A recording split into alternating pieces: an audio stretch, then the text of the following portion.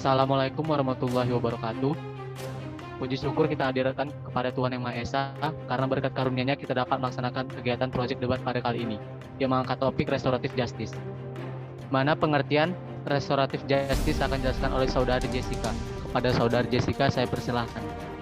Terima kasih moderator. Saya Jessica akan menyampaikan pengertian restoratif justice. Restoratif justice adalah konsep keadilan yang mengedepankan rekonsiliasi dan pemulihan berbasis kebutuhan terhadap korban, pelaku, dan lingkungan terdampak suatu tindakan pidana. Ini bukan sekedar pemulihan berbasis hak, tapi sesuai kebutuhan terhadap korban, pelaku, dan lingkungan terdampak. Saya kembalikan ke moderator. Peserta pada hari ini dibagi menjadi 3 tim, di mana ada tim afirmasi, oposisi, dan netral. Sebelumnya perkenalkan, saya Nayana Sandra Claudia Nasution. Dan saya Muhammad Azharul Pisregar. Kami selaku moderator pada debat kali ini menyatakan dengan ini debat resmi dibuka. Dengan judul debat kali ini yaitu Gamki minta pendekatan restoratif justice dalam kasus ujaran kebencian dan penistaan agama. Dan selanjutnya untuk tim afirmasi kami persilakan untuk menyampaikan argumennya. Baik, terima kasih moderator. Saya Stefan Valentino dari tim afirmasi ingin menyampaikan pendapat saya. Saya setuju dengan kami yang meminta pendekatan restoratif justice. Alasan saya menyetujuinya karena menurut saya dalam kasus seperti ini, penyelesaian dengan pendekatan restoratif justice adalah hal yang paling tepat dilakukan. Tujuannya agar masyarakat tidak terpecah sehingga kepercayaan di antara masyarakat menghilang. Di sisi lain, kita dapat melihat Gamki sangat mengharapkan kedamaian dan keadilan dalam hukum akan dilanjutkan oleh rekan saya Saudari Yasmin. Terima kasih. Terima kasih, saya Yasmin Afifar dengan NIM 2105020011. Di sini saya menyatakan setuju dengan musik kita kali ini, karena menurut saya pendekatan restoratif justice sangat diperlukan dalam menangani sebuah kasus, apalagi dalam kasus ujaran kebencian dan penistaan agama. Dalam hal ini, restoratif justice digunakan agar mengetahui sebab dan akibat para pelaku yang melakukan ujaran kebencian dan penistaan agama. Ketua Umum DPP Gamki, William Wandik, juga menyampaikan bahwa persoalan intoleransi, radikalisme, dan terorisme masih banyak terjadi di Indonesia, seperti bom bunuh diri di Gereja Makassar, penembakan di Mabes Polri, dan kasus-kasus lainnya. Peristiwa terorisme ini sangat meresahkan masyarakat. Beberapa pelaku terorisme ternyata masih berusia muda, dan mereka sangat memerlukan penguatan dalam penanaman nilai-nilai Pancasila, kebangsaan, dan kebajikan kepada generasi muda. Peran organisasi juga diperlukan dalam membangun keharmonisan dalam umat beragama. Tindakan hukum juga harus berlaku adil ke semua pelaku ujaran kebencian dan tidak ketebang pilih. Masyarakat Indonesia juga harus bijak agar tidak mudah terprovokasi dengan narasi-narasi kebencian yang ingin memecah belah masyarakat. Publik terkhususnya tokoh agama, nasional, dan politisi harus berlaku adil, tidak hanya mengecam satu pelaku saja. Adapun beberapa tindakan ujaran kebencian seperti penodaan agama Hindu oleh pengajar Desak Made Dermawati, lalu penghinaan oleh Yahya Waloni yang menyebut firman Tuhan Kristen semua palsu, serta ceramah Ustadz Abdul Somad tentang salib.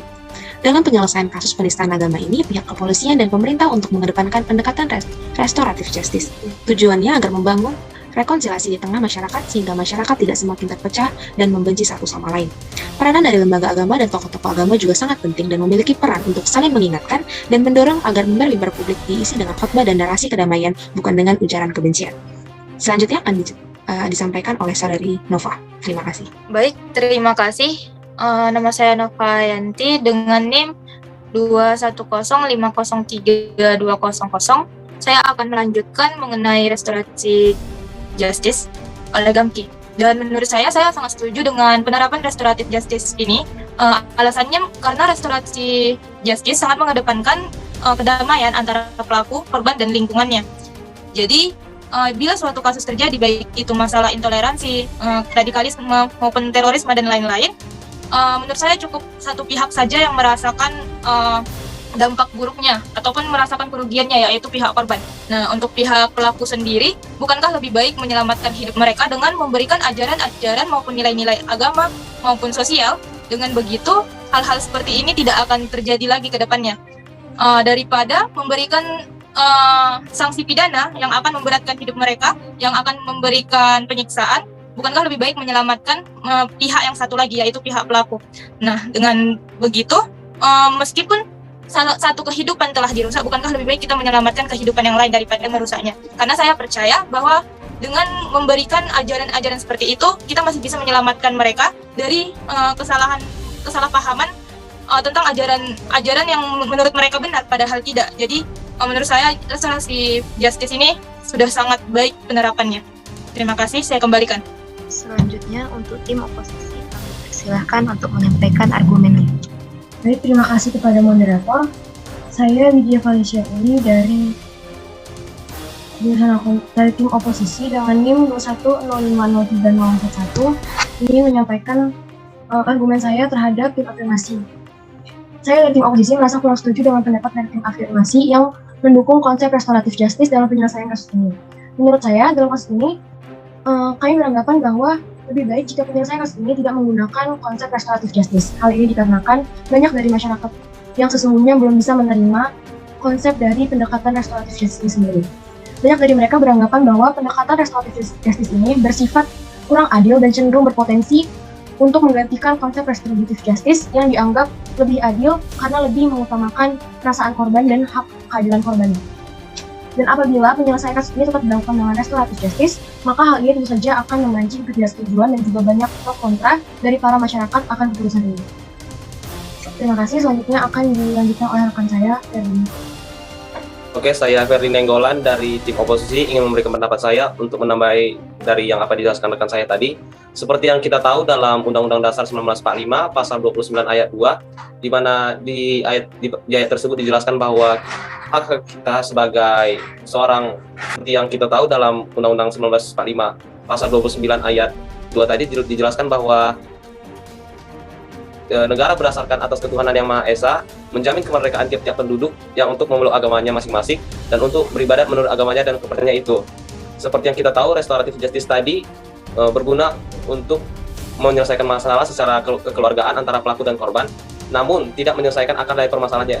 Akar dari permasalahannya itu yaitu adanya perasaan kebencian atas agama lain yang disebabkan oleh kesalahan pemahaman dari provokator. Kemudian kemudian seperti yang kita tahu, restoratif justice ini dikhususkan untuk kasus-kasus tindak pidana ringan dengan pidana paling lama 3 bulan dan denda 2,5 juta.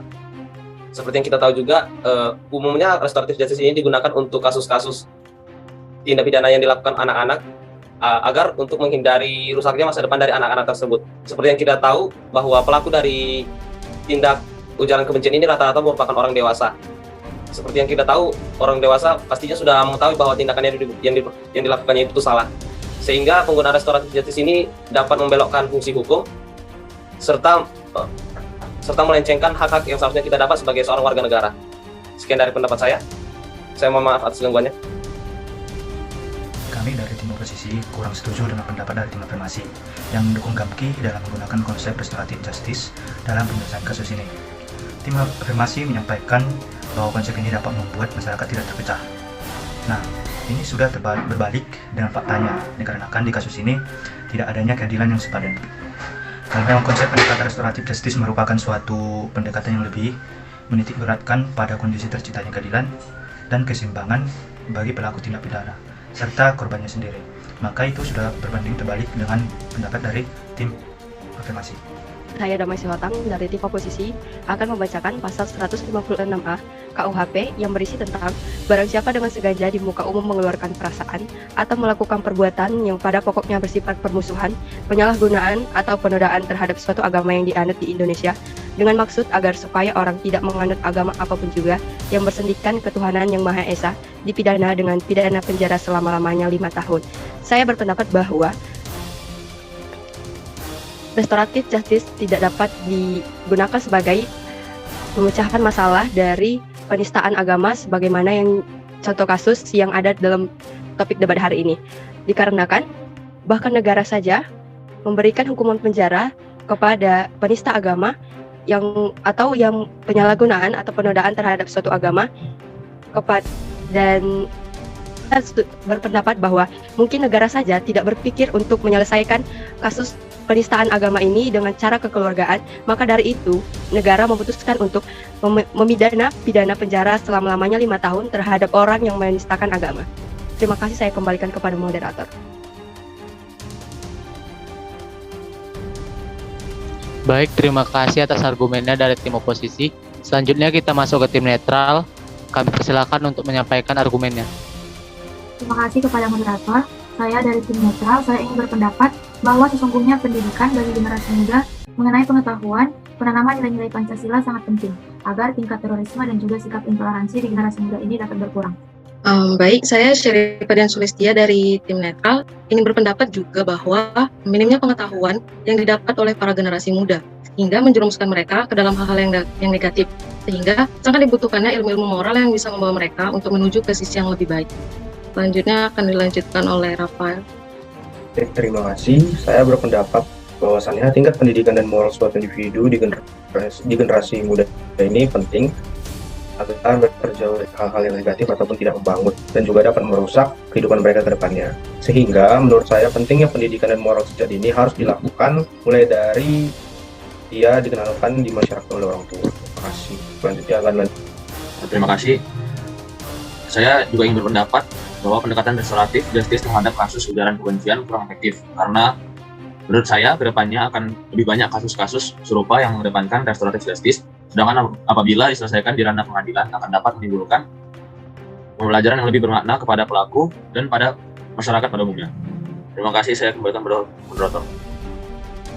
Baiklah, terima kasih atas argumennya dari tim netral. Selanjutnya kita masuk ke not tulis. Kami persilakan untuk membacakan notula sebagai bentuk kesimpulan dari debat kita kali ini. Baik, terima kasih moderator. Saya Geja Natalia dengan NIM 2114020002 sebagai notulen akan membacakan materi inti dari debat kali ini.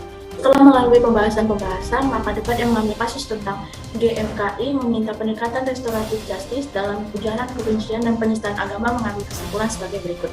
Yang pertama, tim afirmasi menyetujui pendekatan restoratif justice dalam kasus ini dengan beberapa alasan, yaitu agar masyarakat tidak terpecah dan tidak saling membenci agama lain, karena restoratif justice lebih mengedepankan kepentingan pemulihan korban dan pertanggungjawaban pelaku tindak pidana, sehingga persatuan dan kesatuan tetap terjaga. Peran dari tokoh agama juga memiliki peran penting dengan memberi ceramah yang membangun, bukan ceramah yang berisi ujaran kebencian dan sara. Yang kedua, tim oposisi kurang setuju dalam penyelesaian kasus ini dengan pendekatan restoratif justice dalam ujaran kebencian dan penistaan agama, karena banyak masyarakat yang belum menerima konsep restoratif justice atau konsep kekeluargaan yang dianggap kurang adil, dan restoratif justice lebih sesuai jika diterapkan pada kasus anak-anak di bawah umur yang mengganggu masa depan mereka serta melanggar Undang-Undang Dasar 1945 Pasal 29 Ayat 2 tentang negara menjamin kemerdekaan setiap orang memeluk agamanya masing-masing dan untuk beribadat menurut agamanya dan kepercayaannya itu. Yang ketiga, tim netral berpendapat tingkat pendidikan dan moral sejak dini di zaman sekarang sangat penting mengenai Pancasila agar tingkat terorisme dan ujaran kebencian dan sara dapat diminimalisir.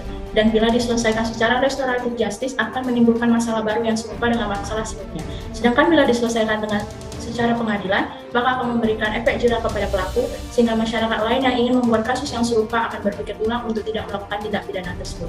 Demikian hasil kesimpulan dari debat kelompok 2 dari mata kuliah Pendidikan Kewarganegaraan PAS 16 yang bisa saya sampaikan. Saya kembalikan kepada moderator.